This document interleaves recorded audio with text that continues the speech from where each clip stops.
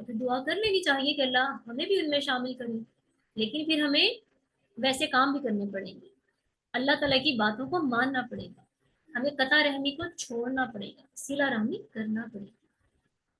تو آج دیکھ لیجیے، ہمیں اپنا محاسبہ ابھی ابھی کر لینا چاہیے، کہاں کہاں سے ہم نے قطع رحمیاں کی ہوئی ہیں۔ آج ہم ان سے ملیں، ان کو فون کر لیں، ان کے گھر جائیں، گھر نہیں جا سکتے تو میسج کر دیں، صحیح، آپ پہل کر لیں، آپ کو اس کا بہت اجر ملے گا۔ ویسے بھی اللہ تعالیٰ نے فرمایا کہ آپ دوسروں کی باتوں سے درگزر کرتے رہو کرتے رہو کرتے رہو، یہاں تک کہ اللہ تعالیٰ آپ کے جانی دشمن کو آپ کا جگری دوست بنا دے گا۔ تو ہمیں اللہ پر تو یقین ہے نا، اللہ اپنی بات میں جھوٹ تو نہیں ہو سکتا۔ ایسا ہوتا ہے کہ ہم صلہ رحمی کرتے رہتے ہیں، ہمارے ساتھ قطع رحمی ہوتی رہتی ہے، اس کی کچھ وجوہات ہوتی ہیں۔ وہ یہ کہ ہمارا دل نا اندر سے صاف نہیں ہوتا، ہمارے دلوں میں بغض ہوتا ہے۔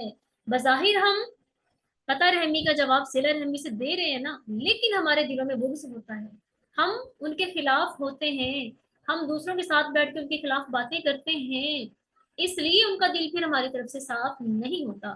جو اللہ نے کہا ہے درگزر کرو، دل سے درگزر کرو، پھر کہیں بھی بیٹھ کے ان کی چگلیاں غیبتیں نہ کرو، یہ ہوتی ہے صلہ رحمی۔ اگر ہمارے دل صاف نہیں ہے نا، دلوں میں بغض ہے، بظاہر ہم ان سے صحیح سلوک کرتے رہیں ان کے برے کے باوجود، اللہ تعالیٰ اس سے تو کچھ بھی پوشیدہ نہیں ہے نا۔ وَمَا اللَّهُ بِغَافِلٍ عَمَّا تَعْمَلُونَ، کہ جو تم کرتے ہو اللہ تو اس سے غافل نہیں ہے، وہ تو دلوں کے بھید تک جاننے والا ہے۔ واقعی ہمیں آج اپنا محاسبہ کرنے کی ضرورت ہے۔ اللہ کا کلام غلط نہیں ہو سکتا، اللہ تعالیٰ تو کہتے ہیں کہ اللہ اپنے وعدے کے خلاف نہیں کرتا، تو یہ ہو سکتا ہی نہیں ہے۔ اصل بات ہمارے دلوں کی ہے، ہمارے دلوں میں کمیاں ہیں، ہمارے دلوں کی کوتاہیاں ہیں، جو ہماری صلہ رحمی کے باوجود ہم سے قطع رحمی ہی رہتی ہیں، ہمارے دلوں میں بغض رہتا ہے۔ آج اس کو صاف کیجیے، انما الاعمال بالنیات، ہم اس چیز کو بھول جاتے ہیں، ہم کہتے ہیں بس ان کو تو پتا ہے ہم ان کے ساتھ اچھا سلوک کر رہے ہیں، ان کو کیا پتا ہمارے دل میں کیا ہے۔ بات تو یہ کہ اللہ کو تو پتا ہے آپ کے دل میں کیا ہے، تو اللہ تعالیٰ تو کبھی بھی غلط فیصلے نہیں کرتا۔ آپ کے دلوں میں بغض بھرا ہو تو پھر اللہ تعالیٰ کیسے اس کو آپ کا جگری دوست بنا سکتا ہے؟ پھر نہیں بنا سکتا۔ مجھے امید ہے کہ ان دو احادیث سے ہمیں بہت کچھ سیکھنے کو سمجھنے کو ملا ہے اللہ کے فضل سے، اور مجھے یہ بھی امید ہے کہ آج سے ہم ضرور اپنی اصلاح کریں گے، اور اپنے ساتھ ساتھ ہم دوسروں کو بھی یہ باتیں بتائیں گے۔ صدقہ جاریہ بھی تو بنانا ہے نا، علم بھی تو پھیلانا ہے نا، انشاءاللہ۔ تو دیکھیے اگلی حدیث، وعن المغیرۃ بن شعبۃ عن رسول اللہ صلی اللہ علیہ وسلم، مغیرہ بن شعبہ روایت کرتے ہیں رسول اللہ صلی اللہ علیہ وسلم سے، قال، آپ نے فرمایا، ان اللہ حرم علیکم حقوق الامہات ووعد البنات ومنع الوہات وکرہ لکم قیل وقال وکثرة السؤال واضاعة المال، متفق علیہ۔ کیا مفہوم ہے، کیا معنی ہے؟ ان اللہ، بے شک اللہ نے، حرم، حرام کر دیا، علیکم، تم پر، حقوق، نافرمانی کرنا، الامہات، ماؤں کی، ووعد البنات، اور زندہ درگور کرنا بیٹیوں کو، ومنعا، اور چیزیں دینے سے روکنا، وہات، اور اپنی ہی فرمائشیں کرتے رہنا، وکریہا، اور اس نے نہ پسند کیا، لکم، تمہارے لیے، قیل وقال، باتیں کرنا، قیلا، کسی کے بارے میں کہتے جانا، وقال، اور بس کہتے جانا، یعنی بے ڈھنگی باتیں کرتے جانا، فضول بولتے جانا، بلا وجہ باتیں کرتے جانا، لوگوں کی باتوں کو بڑھا چڑھا کر دوسروں کو بتانا، اس سے اللہ تعالیٰ نے منع کیا۔ منع کیا کیا؟ حرم، حرام کیا ہے۔ وکثرت السؤال، سوال کی کثرت سے، واضاعت المال، مال کی ضائع کرنے سے۔ تو آئیے دیکھتے ہیں کہ اس حدیث کا کیا معنی و مفہوم ہے۔ سب سے پہلی بات کہ حقوق، اس کی تو آپ کو سمجھ آ گئی نا کہ یہ کیا چیز ہے، یہ بر ان کی ضد ہے، بر کا معنی زیادہ نیکی کرنا، حقوق کا معنی نافرمانی کرنا، حقوق الوالدین یعنی والدین کا دل دکھانا، بدسلوکی کرنا۔ یہاں اللہ تعالیٰ نے سب سے پہلے کس کا نام لیا؟ امہات، ماں کا نام لیا کہ ماؤں کی نافرمانی نہیں کرنی۔ حالانکہ ماں باپ دونوں کے ساتھ ہی احسان کا حکم ہے، والد کا دل دکھانا بھی حرام ہے، لیکن ماں کا بطور خاص کیوں ذکر ہے؟ کیونکہ ماں کا حق باپ سے زیادہ ہے، کیونکہ وہ اولاد کے لیے مشقت زیادہ اٹھاتی ہے۔ وہ کیسے؟ اللہ تعالیٰ نے سورہ لقمان میں آیت نمبر 14 میں فرمایا ہے وَوَصَّيْنَا الْإِنسَانَ بِوَالِدَيْهِ حَمَلَتْهُ أُمُّهُ وَهْنًا عَلَى وَهْنٍ وَفِصَالُهُ فِي عَامَيْنِ أَنِ اشْكُرْ لِي وَلِوَالِدَيْكَ۔ کیا فرما رہے ہیں اللہ تعالیٰ؟ اور ہم نے انسان کو اس کے ماں باپ کے متعلق وصیت کی، اس کی ماں نے کمزوری کی حالت میں اسے اٹھایا، یعنی کمزوری پر کمزوری کی حالت میں اسے اٹھایا، یعنی جب عورت حاملہ ہوتی ہے، جب عورت کے پیٹ میں بچہ ہوتا ہے تو کتنی مشکلیں ہوتی ہیں نا، عورت کو بہت زیادہ پریشانی کا بھی سامنا کرنا پڑتا ہے، یہاں تک کہ بعض اوقات کنڈیشن یہاں تک پہنچ جاتی ہے کہ عورت کی ڈیتھ ہو جاتی ہے، پھر اس کا 2 سال میں دودھ چڑھاتے ہیں۔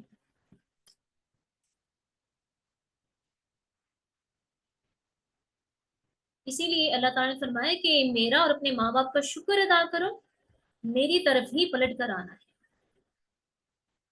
اسی طرح صحیح مسلم اور صحیح بخاری میں ایک حدیث ہے جس کا مفہوم کچھ یہ ہے کہ آپ نے 3 دفعہ ماں کے ساتھ اچھا سلوک کرنے کی تاکید کی، اور چوتھی بار آپ نے باپ کا ذکر فرمایا۔ ماں کا ذکر خاص کیوں ہے؟ کیونکہ کمزور ہونے کی وجہ سے نا اولاد ماں کو زیادہ تنگ کرتی ہے نا، بچوں نے جو بھی ضد لگانی ہے، جو بھی فرمائشیں کرنی ہے، ماں سے کہنا ہے، تو پھر اس لیے ماں کا حق زیادہ ہے۔ اور حقوق سے مراد ہے کیا چیز؟ ہر وہ بات، ہر وہ کام جس سے والدین کو تکلیف ہوتی ہے، وہ کام حقوق میں آتے ہیں۔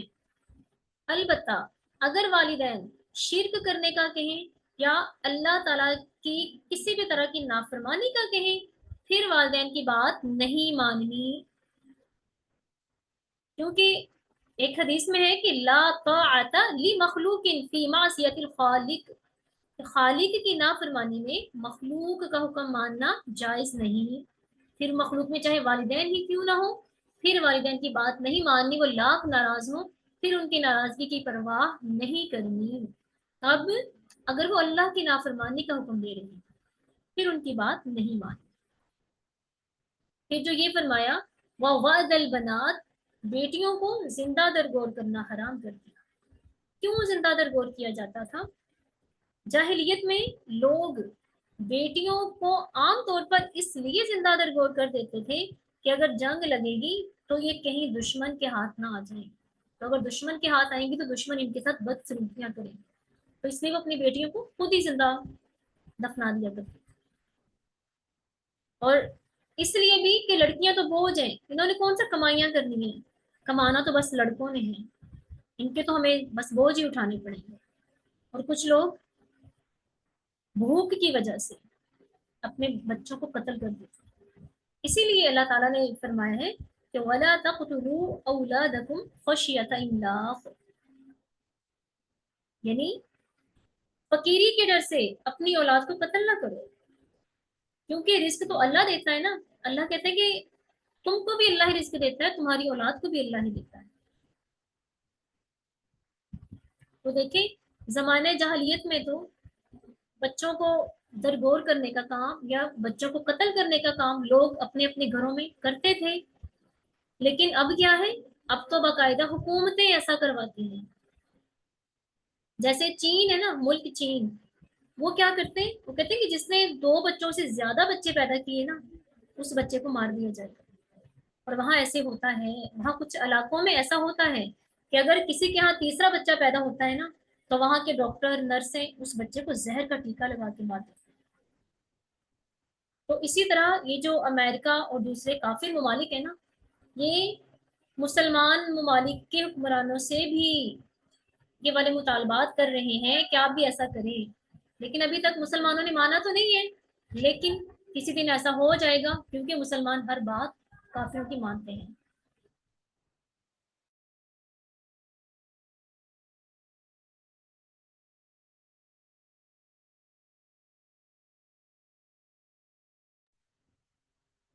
اور پھر جو یہ کہا وَمَنْ عَنْ وَحَاتٍ، اس کا کیا معنی ہے؟ من ان روکنا، یعنی کسی کو تو کچھ نہ دینا، یہاں تک کہ بیٹیوں کا جو وراثت کا حق ہے اس پہ بھی قبضہ کر لینا، بہنوں کو وراثت کا حق نہ دینا، ان کا حصہ نہ دینا، اور پھر ہاتھ ہی دوسروں سے ہر چیز کا تقاضا کرتے رہنا کہ بس مجھے ہی دیتے جاؤ، مجھے ہی دیتے جاؤ، خود کسی کو کچھ نہ دینا۔ اس سے اللہ تعالیٰ نے منع کیا، بلکہ یہ کام حرام ہے۔ پھر فرمایا وہ کری لکم قیل وقال، یہ قیل قال کیا ہے؟ اس میں بہت ساری چیزیں آتی ہیں، یعنی لوگوں کے متعلق سنی سنائی باتیں بلا تحقیق آگے کر دینا، یا پھر تحقیق کر کے تو ان کو ستاتے رہنا کہ تم نے ایسے کیا تھا، ویسے کیا تھا، تم ایسے ہو ویسے ہو، یہ بھی کیل کال میں آتا ہے۔ اگر تو تحقیق نہ کی، بنا تحقیق آگے پہنچا دی، تو یہ جھوٹ ہے، یہ دوسروں پر بہتان ہے۔ لیکن اگر پتہ چل گیا کہ ان کا یہ کام تھا، ان کا یہ عیب تھا، پھر اس کو بیان کرنا، تو یہ غیبت اور چغلی ہے، کیونکہ کوئی بھی یہ پسند نہیں کرتا نا کہ اس کے بارے میں اس کے کوئی عیوب دوسروں کے سامنے ظاہر کیے جائیں، تو ایسا انسان پھر گناہ گار ہوتا ہے۔ تو جو ایسا کرتے ہیں نا کہ دوسروں کی زندگی کے تجسس میں ہی لگے رہتے ہیں کہ فلاں کیا کر رہا ہے، فلاں کیا کر رہا ہے، تو بس وہ یہی کام کرتا رہتا ہے، اس کو اپنی کوئی پرواہ ہی نہیں رہتی، اپنی زندگی کو وہ خراب کر لیتا ہے۔ ویسے بھی نبی نے سامنے اپنے صحابہ سے کہا تھا کہ زیادہ اگر بات کرنی ہے تو وہ کرو جس کا کوئی فائدہ ہے، ورنہ خاموشی اختیار کرو۔ اسی طرح دین کے بارے میں لوگوں کے اختلاف بیان کرتے رہنا کہ یہ ایک مسئلہ ہے نا، اس پہ تو فلاں امام نے یہ کہا ہے، فلاں نے یہ کہا ہے، یا کسی عالم نے یہ کہہ دیا ہے، فلاں نے یہ کہہ دیا ہے، بس اصل بات کا فیصلہ ہی نہ کرنا۔ دیکھیں ایسا کرنے سے کتنا فساد پیدا ہوتا ہے کہ اللہ اور اس کے رسول کی بات، اللہ اور اس کے رسول کی بات کے ساتھ دوسروں کی قول ذکر کر دینا، یہ مسلمان کو زیب تو نہیں دیتا نا۔ بس آپ یہ دیکھیں کہ اس کے بارے میں اللہ تعالیٰ کیا کہہ رہے ہیں، یا نبی نے سامنے کیا فرمایا، اس کے مطابق فیصلہ کر لیں۔ لیکن فلاں عالم نے تو یہ کہہ دیا، فلاں محدث نے یہ کہہ دیا، فلاں ائمہ دین نے یہ کہہ دیا، ایسا نہیں ہونا چاہیے۔ جو بات ہمیں صاف صاف قرآن و حدیث سے سمجھ آ رہی ہے اس کو مان لینا چاہیے۔ اسی طرح وکثرت السؤال، کثرت السؤال بلا وجہ بات بات پہ سوال کرتے رہنا، یعنی ایسے سوال جن کا کوئی بنتا ہی نہیں ہے بات کرنا۔ یعنی اب نبی نے سامنے لوگوں کو بتایا کہ تم لوگوں پر حج فرض ہے، تو کسی نے پوچھ لیا اللہ کے نبی کیا ہر سال فرض ہے؟ تو نبی نے سام کو اتنا غصہ آ گیا کہ آپ کا چہرہ غصے سے لال ہو گیا۔ آپ نے فرمایا کہ اگر میں کہتا ہاں ہر سال فرض ہے تو پھر تم پر ہر سال فرض ہو جاتا، پھر جتنا تمہیں بتایا گیا بس وہیں تک رہو، آگے آگے نہ بڑھو۔ اسی طرح آپ نے فرمایا نا کہ ہر نماز کے ساتھ جو مسواک کرتا ہے نا اس کو اجر زیادہ ملتا ہے، لیکن اس کے باوجود بھی فرض نہیں کیا گیا، اس لیے کہ آپ نے فرمایا کہ میری امت پر کہیں مشقت نہ ہو۔ اسلام تو آسانی دیتا ہے، لوگوں کے ساتھ بھلائی کرتا ہے، لیکن لوگ سوالات کر کر کے نا خود ہی اپنے آپ کو مشکل میں ڈال لیتے ہیں۔ اب دیکھیں جیسے ٹیچر پڑھا رہی ہے نا، اس سے بچوں سے کہا کل آپ کا ٹیسٹ ہونا ہے، بچے کسی نے پوچھ لیا ٹیچر ریٹرن ہونا ہے، اورل ہونا ہے، خود ہی پھنس رہے ہیں نا۔ ٹیچر کی مرضی ہے، بس اسے آپ کو ٹیسٹ دیا آپ تیاری کریں جیسا مرضی لیں، ٹیچر کاپی پہ لینا ہے، پیج پہ لینا ہے، بورڈ پہ لینا ہے، اورل ہونا ہے، ریٹرن لینا ہے، یہ ساری باتیں غلط ہیں۔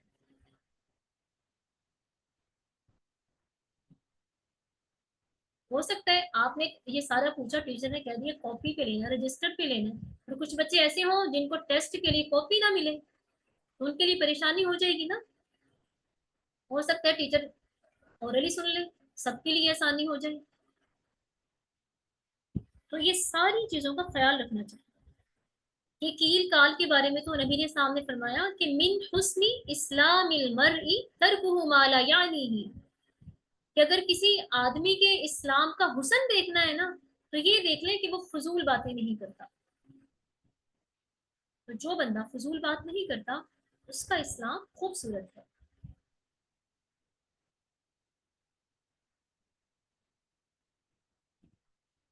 اسی طرح وہ اضاعت المال، مال کو ضائع کرنے سے منع کیا ہے. مال کیسے ضائع ہوتا ہے؟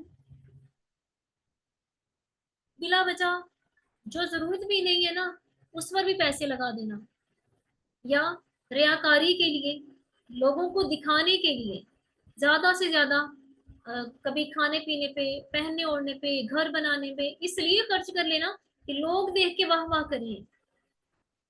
تو یہ اپنے مال کو ضائع کرنے کے مترادف ہے، کیونکہ نبی نے سامنے فرمایا کہ میں اپنی امت میں نا سب سے زیادہ شرک اصغر سے ڈرتا ہوں. آپ نے فرمایا کہ شرک اصغر کیا ہے؟ ریاکاری، دکھاوا، یہ انسان کو تباہ کر دیتا ہے. متکبر انسان کو اللہ پسند نہیں کرتا. ایسا شخص جنت کا اہل نہیں ہوتا.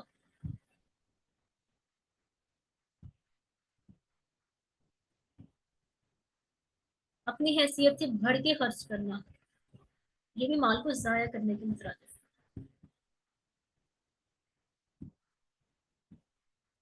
آپ کو پتا ہے یہ جو کثرت سوال ہے نا، زیادہ زیادہ سوال نہ کرنا، یہ صحابہ کرام کیا کرتے تھے؟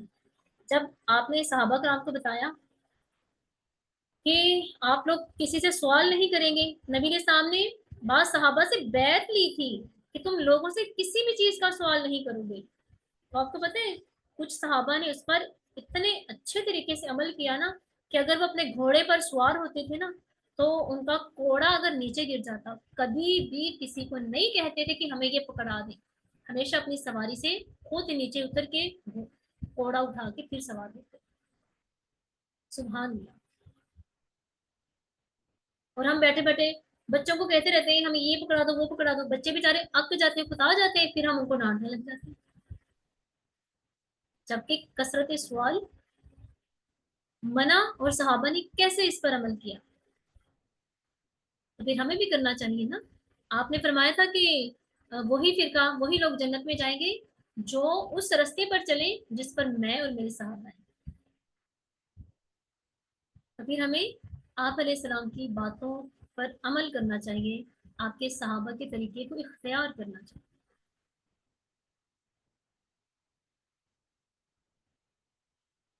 میرا خیال ہے کہ آج کا سبق ہم یہیں پہ ہی روکتے ہیں، باقی انشاءاللہ ہم اگلی کلاس میں پڑھیں گے. آج آپ نے نا ان 3 حدیثوں پر نا سوچنا ہے، لازمی سوچنا ہے، اس کلاس کا حق ادا کرنا ہے، میں نے بھی کرنا ہے، آپ نے بھی کرنا ہے انشاءاللہ، تاکہ یہ جو ٹائم ہم یہاں بیٹھ کے لگا رہے ہیں نا یہ بھی کہیں ضائع نہ ہو جائے. اگر ہم نے سن کے سمجھ کے اس پر عمل نہ کیا نا اس کا مطلب ہے ہم نے اس وقت کو ضائع کر دیا. اور یہ یاد ہے نا، یہ بھی پوچھو نہیں ہے کہ اپنا وقت کہاں لگایا تھا، ہے نا، یہ بھی ہم سے پوچھا جائے گا. تو پھر ہم اللہ کے ہاں سرخرو تو ہوں، اگر وقت لگایا ہے تو اس کا فائدہ تو ہو، ضائع نہیں کرنا اس کو. خود سوچیں، اپنا محاسبہ کریں، اپنی اولاد کی تربیت اس طرح سے کریں، اپنے ساتھیوں کو بتائیں کہ بھئی یہ نقصان ہے ان باتوں کے، پھر اس کلاس کا حق ادا ہوگا، پھر اس کا فائدہ ہوگا. ٹھیک ہے، بہت شکریہ آپ سب کا کہ آپ سب نے ان باتوں کو سنا. اللہ تعالی ہم سب کو ہی اس پر بہترین عمل کی توفیق دے کہ واقعی ہی ہم اس کا حق ادا کر سکیں. آمین. وآخر دعوانا ان الحمد للہ رب العالمین. سبحانك اللهم وبحمدك نشهد ان لا اله الا انت نستغفرك ونتوب اليك. السلام علیکم ورحمۃ اللہ وبرکاتہ.